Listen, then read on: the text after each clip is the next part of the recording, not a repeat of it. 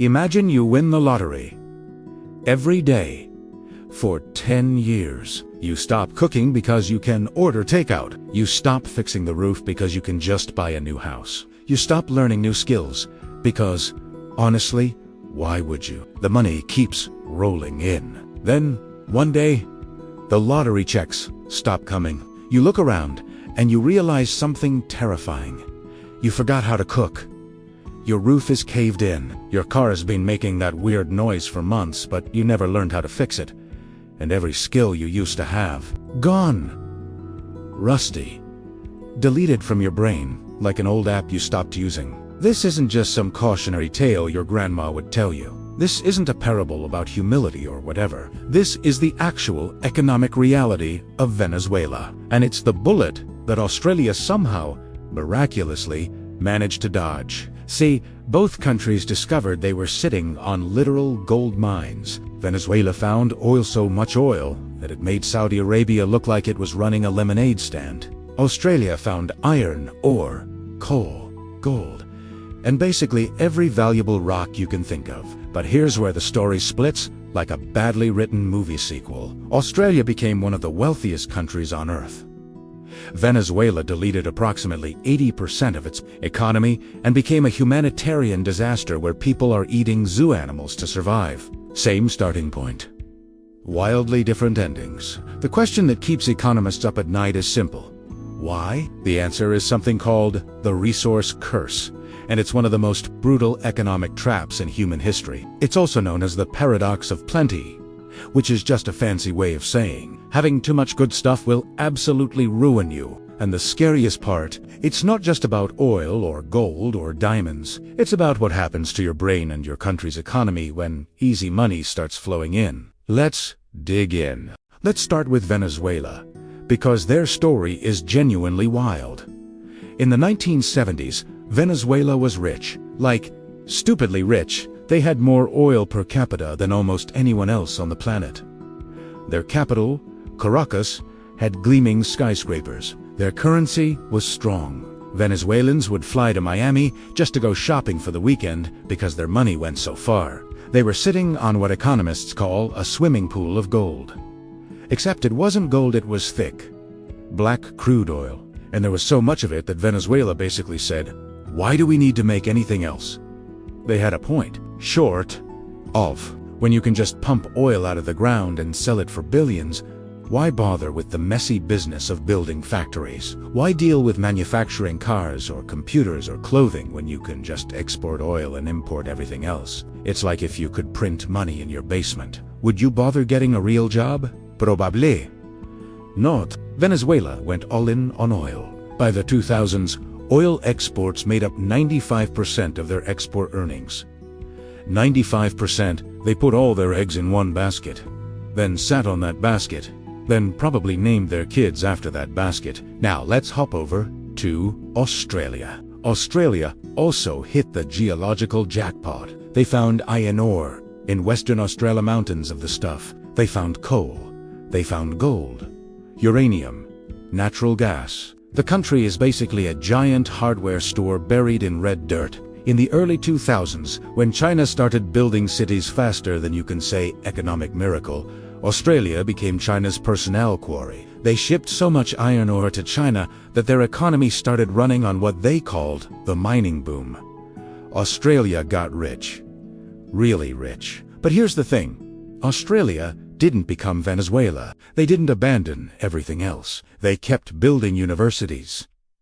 They maintained their financial system. They kept making wine and exporting education and running a functioning democracy where leaders couldn't just steal the country's money and buy 14 palaces.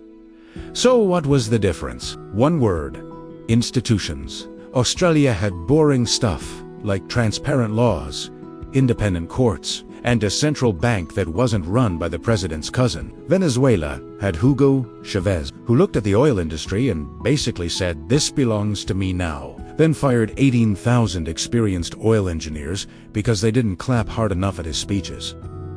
I'm not exaggerating, that actually happened. Venezuela replaced skilled engineers with political loyalists who had approximately zero idea how to run an oil company. It's like firing your mechanic and replacing them with your friend who knows about cars because he watched Fast and Furious once. The results were predictable. But there's something deeper going on here. Something that explains why even countries with good intentions get destroyed by resource wealth.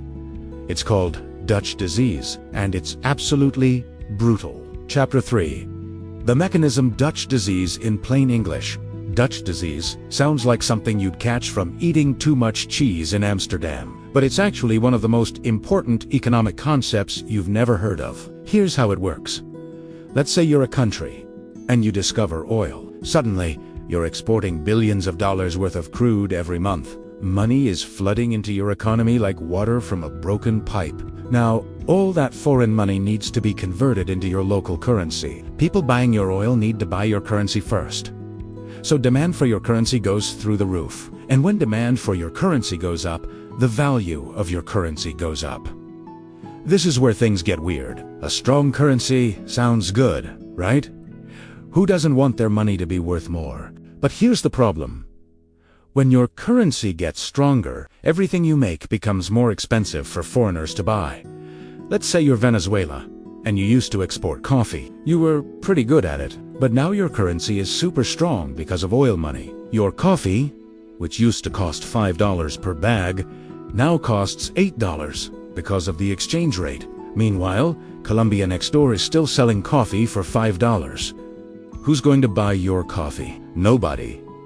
You just got priced out of the market. This happens to every industry that isn't oil.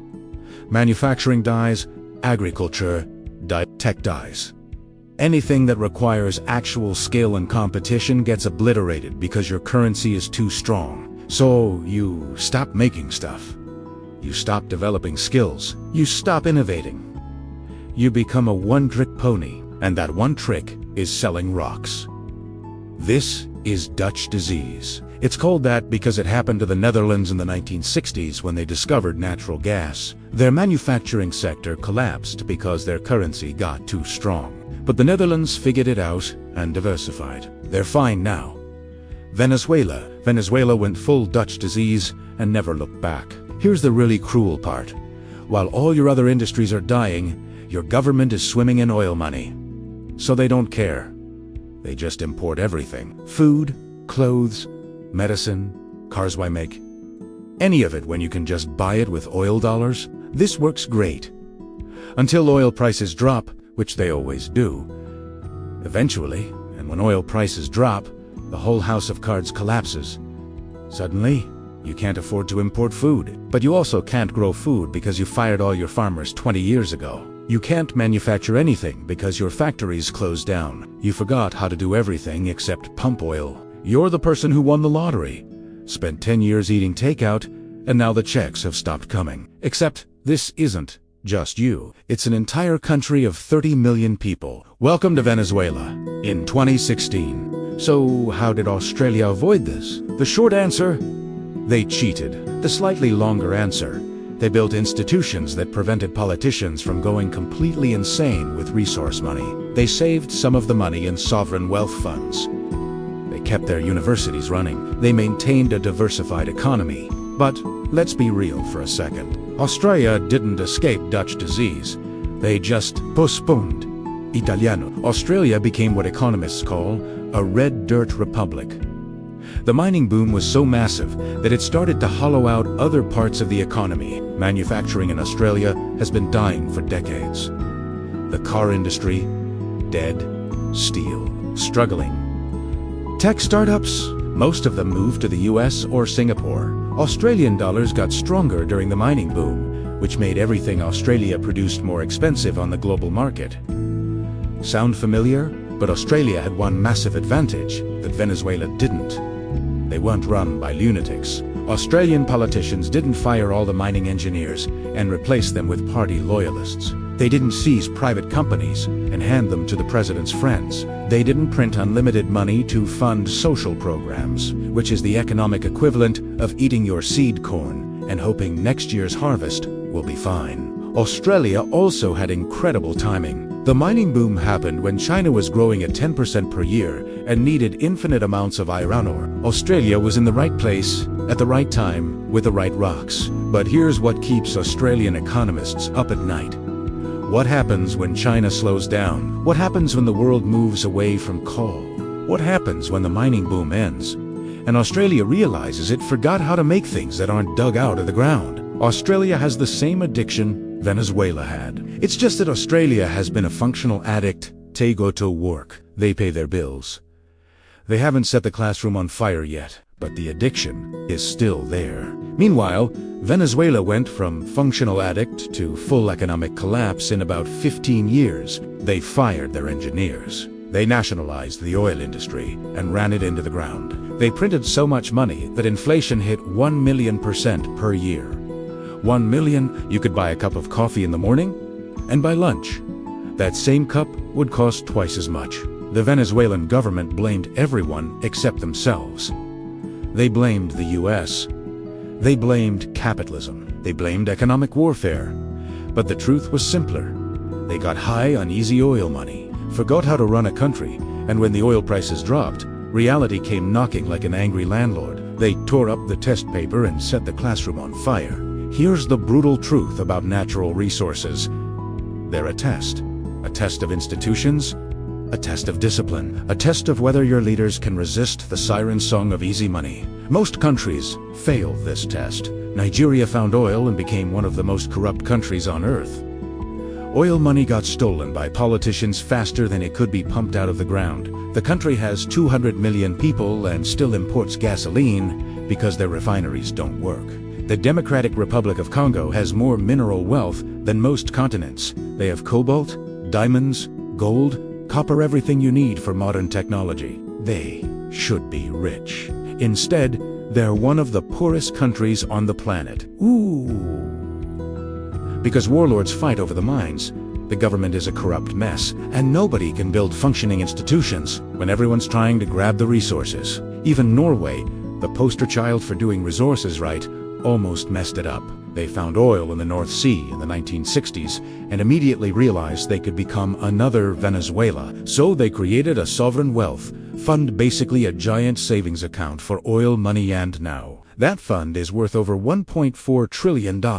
They save the money instead of spending it. Revolutionary concept. Australia tried to copy Norway's homework. They created their own sovereign wealth fund called the Future Fund.